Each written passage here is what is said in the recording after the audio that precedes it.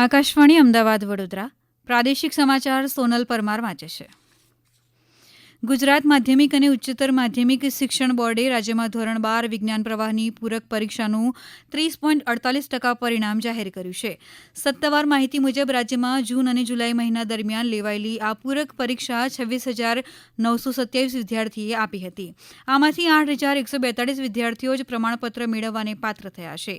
March મહિનામાં પરીક્ષામાં ઉત્તીર્ણ થયા હોય પરંતુ આ વર્ષે વિજ્ઞાન પ્રવાહમાં બેસ્ટ ઓફ 2ના લાભ સાથે જૂન અને જુલાઈ મહિનાની પરીક્ષા માટે 8,062 વિદ્યાર્થી નોંધાયા હતા.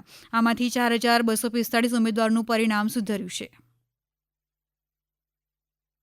કે વિજ્ઞાન પ્રવાહમાં જે વિદ્યાર્થીઓ પોતે ઉત્તીર્ણ થયેલા હોય અને એમનું પરિણામ સુધારવું હોય એમના માટેની આ પ્રથમવાર પરીક્ષા હતી. એ બેસ્ટ ઓફ 2 એનું પણ પરિણામ આપતા અમે આનંદ અનુભવીએ છીએ અને જે વિદ્યાર્થીઓ આમાં ભાગ લીધો છે અને પોતે પુનઃ મૂલ્યાંકન માટે પરીક્ષા આપીને સારું પરિણામ લાવે છે એમના માટે પણ હું અભિનંદન પાઠવું છું.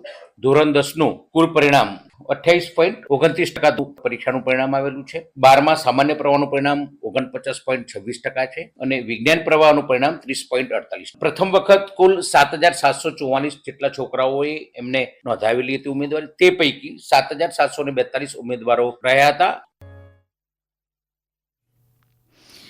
ગુજરાતના એકમાત્ર હિલ સ્ટેશન એવા સાપુતારા ખાતે સાપુતારા મેઘ મલ્હાર પર્વ 2024નો આજે પ્રારંભ કરવામાં આવી રહ્યો છે. રાજ્યના પ્રવાસન મંત્રી મુળુભાઈ બેરાએ આ પર્વનો આરંભ કરાવ્યો હતો.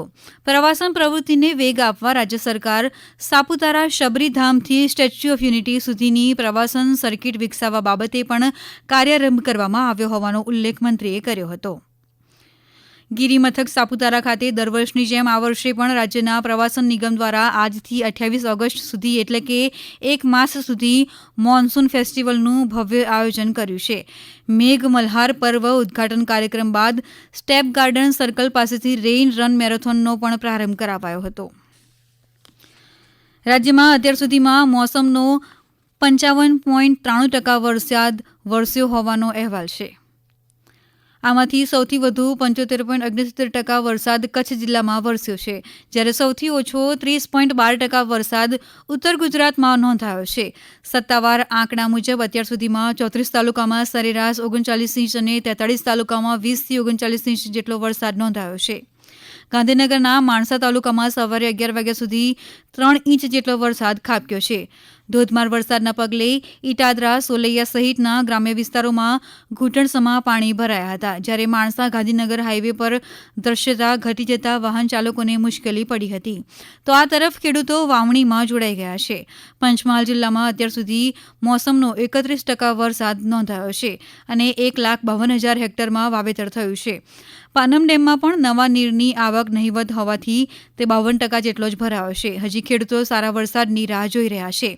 પાવાગઢ ખાતે માચીથી ડુંગર સુધી યાત્રિકોને લાવવા લઈ જવા માટેની રોપવે મશીનમાં સમારકામને ધ્યાનમાં રાખી આગામી 5 થી 10 ઓગસ્ટ દરમિયાન રોપવે સેવા બંધ રહેશે એમ કંપનીના સંચાલકોએ જણાવ્યું છે. મહીસાગર જિલ્લામાં વહેલી સવારથી મેઘમહેરને પગલે હાલોલ શામળાજી હાઈવે પર પાણી ભરાતા તેમજ ખાનપુર લીંબડિયા હાઈવે પર વૃક્ષો ધરાશાયી થતા માર્ગ બંધ થઈ જતા તંત્રએ સ્થળ પર જઈ માર્ગ વ્યવહાર પૂર્વવત કરાવ્યો હતો.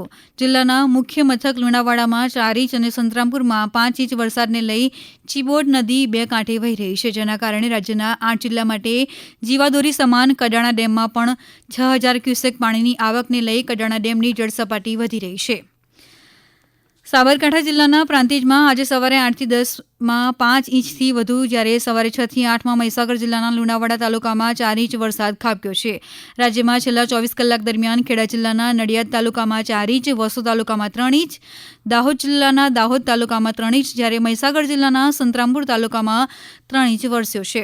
રાજ્યના સ્ટેટ ઇમરજન્સી ઓપરેશન સેન્ટર ગાંધીનગરના અહેવાલ મુજબ મહુધા, ઝાલોદ, મોરવા હડફ, લુણાવાડા, સિંગવડ, ફતેપુરા અને કડાણા મળીને કુલ 7 તાલુકાઓમાં 2-2 ઇંચ વરસાદ પડ્યો છે. પેટલાદ, આણંદ, સોજિત્રા, મહેમદાવાદ, ખેડા, લીમખેડા, વીરપુર, દેવગઢ બારિયા, કપડવંજ અને માતર મળીને કુલ 10 તાલુકાઓમાં 1-1 ઇંચ વરસાદ નોંધાયો છે, જ્યારે રાજ્યના 25 તાલુકાઓમાં અડધો ઇંચ કરતાં વધુ વરસાદ નોંધાયો છે. અમદાવાદમાં વહેલી સવારથી ભારે વરસાદ વરસ્યો હતો. સરેરાશ 1 ઇંચ કરતાં વધુ વરસાદ વરસ્યો હોવાના અહેવાલ મળ્યા છે. વાંસના બેરેજમાં 2 દરવાજા ખોલવામાં આવ્યા છે.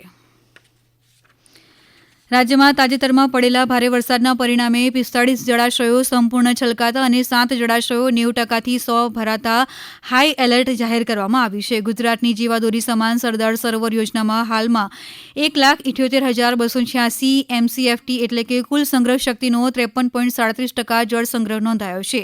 રાજ્યના અન્ય 206 જળાશયોમાં 2,64,362 MCFT એટલે કે કુલ સંગ્રહ શક્તિના 47.19% જેટલો જળ સંગ્રહ નોંધાયો છે, તેમ જળ સંપત્તિ વિભાગના અહેવાલમાં જણાવાયું છે. આજે સવારે 8 વાગ્યા સુધીમાં રાજ્યમાં ભારે વરસાદના પરિણામે સરદાર સરોવર યોજનામાં 23,486 ક્યુસેક, ઉકાઈમાં 36,307, દમણગંગામાં 7,018 ક્યુસેક, કંડાણામાં 6,674, પાનમમાં 6,648 ક્યુસેક અને હડફમાં 5,500 ક્યુસેક પાણીની આવક નોંધાઈ છે. આ સિવાય રાજ્યના 30 ડેમ 70%થી 100% ભરાતા એલર્ટ અપાયું છે.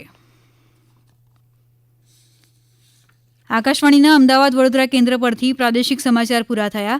આ સમાચાર આપ અમારી YouTube channel AIR news Gujarat પર પણ સાંભળી શકશો. વધુ સમાચાર માટે આપ અમારા ટ્વિટર હેન્ડલ AIR _ABED ને ફોલો કરી શકશો.